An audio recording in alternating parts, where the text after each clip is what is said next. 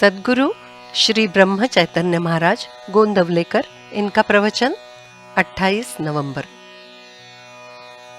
भगवान को देखने के लिए अंतःकरण शुद्ध करें। अन्ते मतिः सा गतिः, ऐसा एक वचन है। जन्म का सच्चा कारण ढूंढकर देखा तो यही ध्यान में आता है कि वासना के कारण हम जन्म मरण के फेरे में अटकते हैं। जन्म के पीछे मरण ये रखा ही होता है। जन्म मरण के फेरे का प्रवाह निरंतर चल ही रहा है। वासना पहले कि जन्म पहले, इस वाद में पड़ना यानी बीज पहले या पेड़ पहले, इसके जैसे संसार के अंत तक न छूटने वाले प्रश्न पर बहस करने जैसा है। हमारे लिए रुकावट कहाँ है ये देखें। विषयों में उलझकर रह जाते हैं हम, उसे छोड़ें। असत्य में से सत्य कैसे जाना जा सकता है ये देखें। यहां से कोई गया, ऐसा उसकी परछाई को देखकर हम कहते हैं। उसी प्रकार ये संसार परछाई स्वरूप ही है। उस परछाई के पीछे जो सत्य का अधिष्ठान है यानी ईश्वर है, उसे हम जानने की कोशिश करें।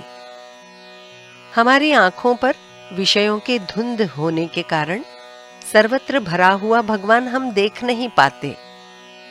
उसे देखने के लिए निराली दृष्टि करनी पड़ती है। हमने अपना अंतरंग साफ किया तो वैसी दृष्टि आ सकती है। हम यदि किसी स्त्री की ओर देखने लगे तो हमारी जैसी वृत्ति होगी वैसी वो हमें दिखाई देगी। जो कामी होगा उसे वो वैसी ही दिखाई देगी, और जो सात्विक होगा तो वो उसे माता के समान दिखाई देगी। इसलिए जब तक हमारा अंतःकरण शुद्ध नहीं होगा तब तक हमें सर्वत्र भगवान दिखाई नहीं देंगे।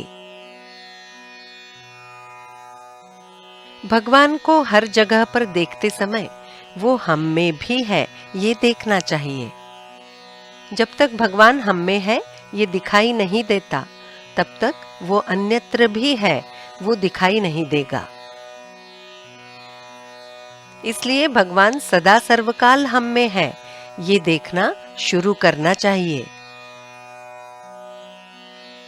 सद्गुरु कहेंगे वैसा वर्तन करें, उससे हमारा अभिमान नष्ट होता है। संतों का थोड़ा सा आक्षेप जो कर्म मार्ग पर होता है वो इसलिए कि कर्म करने से अभिमान आता है। इसके विपरीत गुरु आज्ञा में बर्ताव करने से वो अभिमान नष्ट हो जाता है। यहाँ पर एक शंका ऐसी हो सकती है कि गुरु भी तो नाम स्मरण ही करने के लिए कहते हैं, यानी कर्म तो है ही। वैद्य ने रोगी से कहा कि तुम कुछ मत खाओ। उसे वैद्य ने दवाई की 3 पुड़ियां दी और ये 3 बार लेना ऐसे कहा।